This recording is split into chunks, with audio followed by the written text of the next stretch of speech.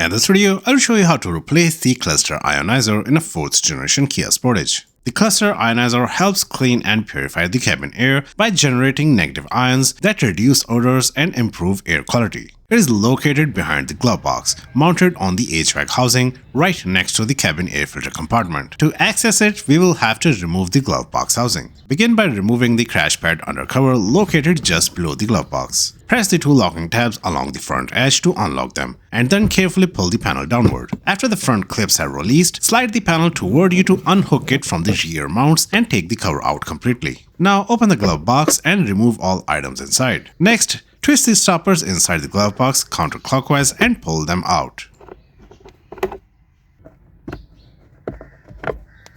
On the side, locate the damper arm. Push it towards the door to unhook it from its mounting point. Now tilt the glove box downward to expose the hinges. Push out the hinge pins at the bottom. Just press the ends and they will slide out easily.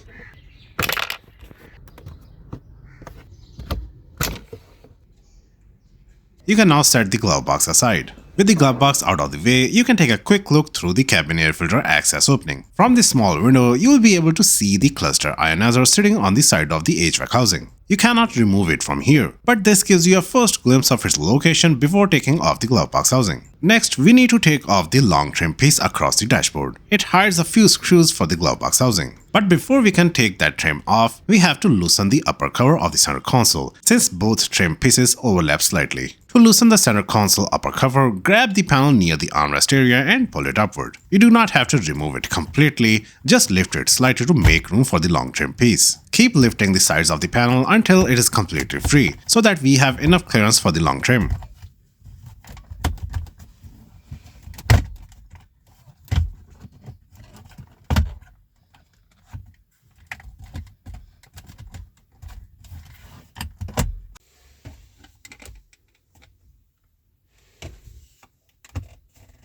Then move to the passenger side and remove the small side panel near the door. Pull back the rubber weather strip just enough to expose the panel edge. Use a plastic trim tool to pry it outward from the notch at the bottom. It is held by clips, so firm steady pressure will release it. Behind this panel, you will find a screw near the upper corner. Remove it using a Phillips head screwdriver. The long trim is clipped in on the side of the dashboard. Use a trim tool to unclip from here first.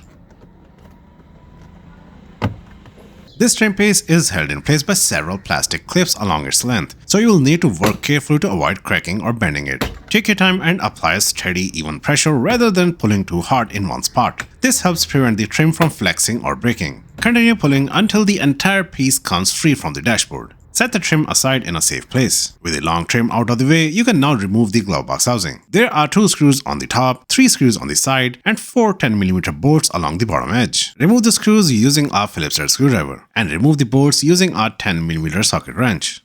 The housing is still held in by multiple clips. The housing is also clipped in from the side. Use a plastic trim tool or a flathead screwdriver to gently pry the clip open. Once it pops free, grip the housing firmly and pull straight toward you until the remaining clips pop loose.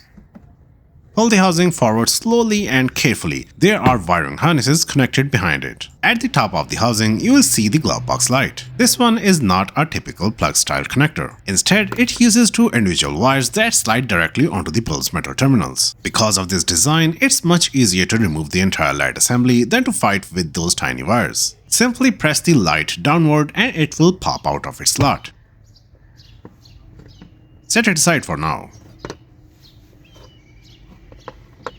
You will also notice that the glove box housing is clipped and hooked into the side trim near the door. Push the housing inward while gently pulling the side trim outward. You will feel the clip release. Once that side comes loose, lift the housing slightly to unhook it from the trim. At this point, the housing is almost free, but it is still connected to the glove box light switch near the bottom. Before removing it completely, disconnect the switch. Press the small release tab on the connector and pull it straight out. With that connector unplugged, the housing is now fully released and you can lift it out of the vehicle. With the glove box housing out of the way, you will see the passenger side shower duct, the plastic air duct that channels airflow down to the footwell. It is held in by a single screw near the bottom. Loosen and remove that screw using a Phillips head screwdriver. The duct is still clipped into the HVAC housing from the top. To release it, hold the duct firmly near the upper section and pull it straight outward. Once it's free, place it somewhere safe. Now we have clear access to the cluster ionizer mounted on the HVAC housing. It is held in by 2 screws only. Start by disconnecting the electrical connector. Press the release tab on the side firmly, then pull the connector straight away from the ionizer. Then remove the 2 screws using a Phillips head screwdriver.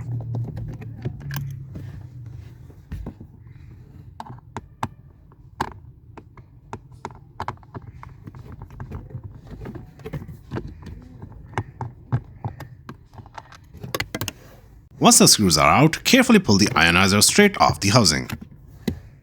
Here is a close-up of the cluster ionizer.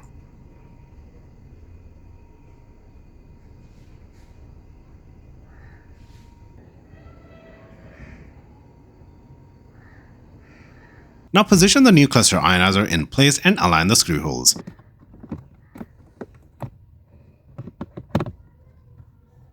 Then reinstall the screws.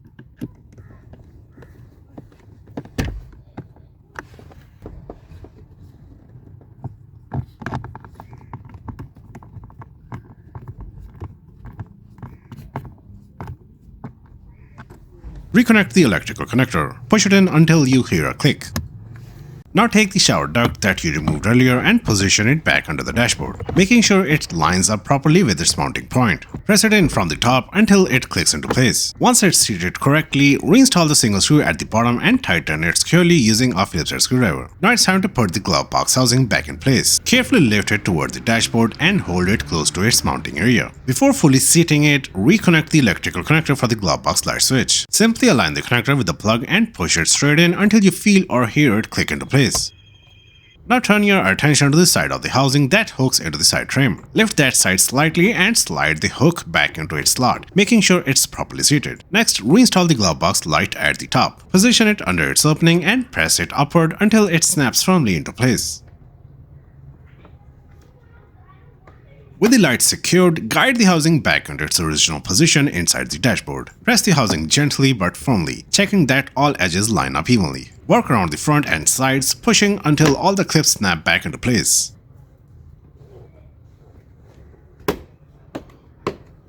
Once everything is aligned, reinstall the 5 screws along the top and sides, as well as the 4 bolts along the bottom. Do not over-tighten, as too much force can damage the housing. With the glove box housing back in place, it's time to reinstall the long dashboard trim piece. Position it along the dash, making sure all the tabs and mounting points are properly aligned. Starting from one end, press along the trim, engaging each clip one by one. Once all the clips are in place, reinstall the screw on the side of the dashboard to hold the trim firmly. Next, take the small side cover you removed earlier, line it up with its mounting points and press it in gently. The retaining clips will snap into place as you press. Make sure it sits flush. Then press the rubber door weather strip back into its original position. Next, reinstall the upper center console cover. Place it back into position, checking that all edges line up correctly. Press down along the sides and front until all the clips engage. The panel should sit evenly with no gaps.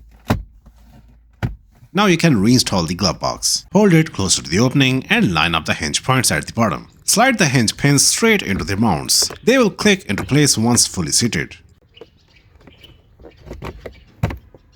Next, reconnect the damper arm on the side. Simply align the hole with the mounting post and snap it back on.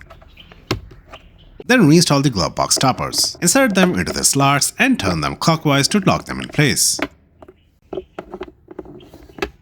Put the crash pad undercover back in place. Start by hooking the rear portion into its slots. Then lift the front and press upward until the locking tabs snap into position. And that's how you replace the cluster ionizer in a 4th generation Kia Sportage.